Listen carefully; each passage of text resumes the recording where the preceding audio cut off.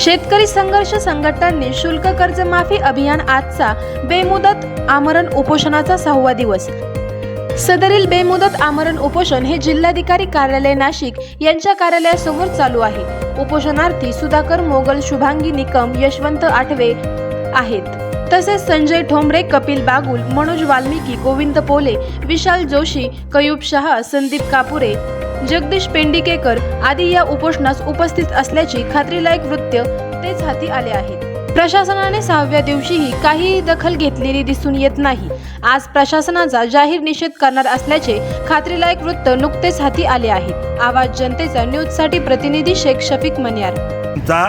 शेतकरी, छोटा मोठा उद्योगपती, व्यापारी यांना ह्या कर्जाच्या वेळातून संपूर्णपणे त्यांचा उतारा कोरा करा।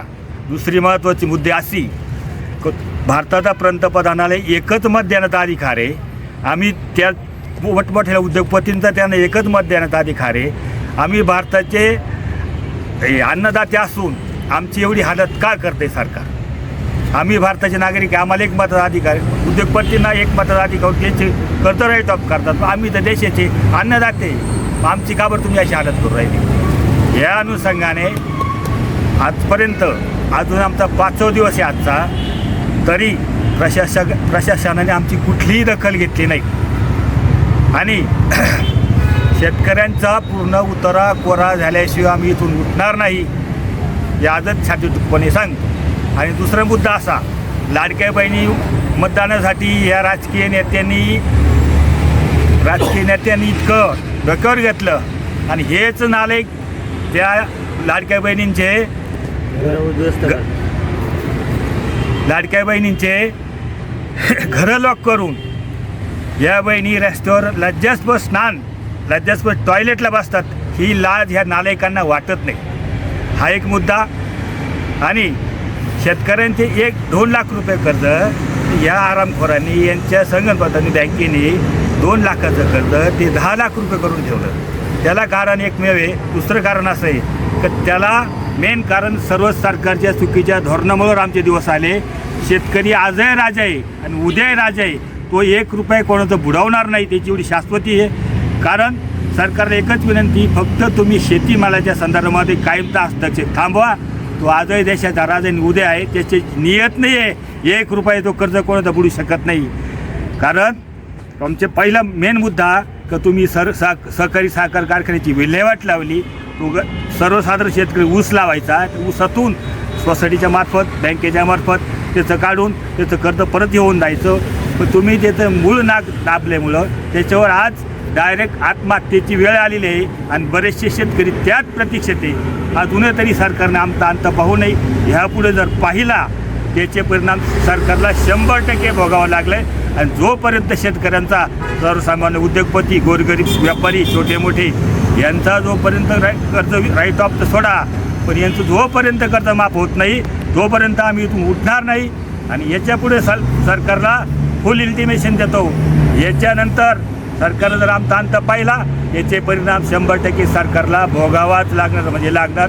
एवढं बोलून मी थांबतो। मी शुभांगी दौलत निकम। आमचा उपोषणाचा आज 5वा दिवस, तर आमची कुणीही दखल घेतलेली नाही, आजपर्यंत कुणी आलेलं नाही।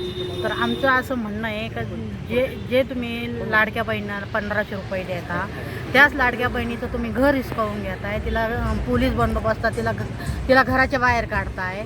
तर हे अन्याय होता कामा नये। आमचं कर्ज पूर्ण राईट ऑफ झालंच पाहिजे। उद्योगपतींचे करता आमचे का नाही? प्रशासनाला हा प्रश्न आहे। जसं तुम्ही उद्योगपतींचे केले तसे आमचे केलेच पाहिजे, याला पर्याय नाही आहे। जे सावकार लोक गुंड आणतात, जे म्हणजे शिवीगाळ करतात महिलांना, ते थांबलं पाहिजे। महिलांची सुरक्षा तुमच्या हातात आहे। महिला म्हणजे अन्न वस्त्र मूलभूत गरजा आमच्या हिसकून घेतल्या तुम्ही, तर ते हे चालणार नाही आहे। हे खपून घेणार नाहीत महिला एक जुटीने रस्त्यावर उतरतील आणि मग ते काय होईल ते तुम्ही तुमचं पुढचं पाहून घ्या। संविधानात हक्क आहे, अन्न वस्त्र निवारा हा मूलभूत हक्क आहे माणसाचा। महिलांचं जे स्वप्न आहे तुम्ही तेच हिरावून घेऊ राहिले। महिलांचं स्वप्न असून असतं का?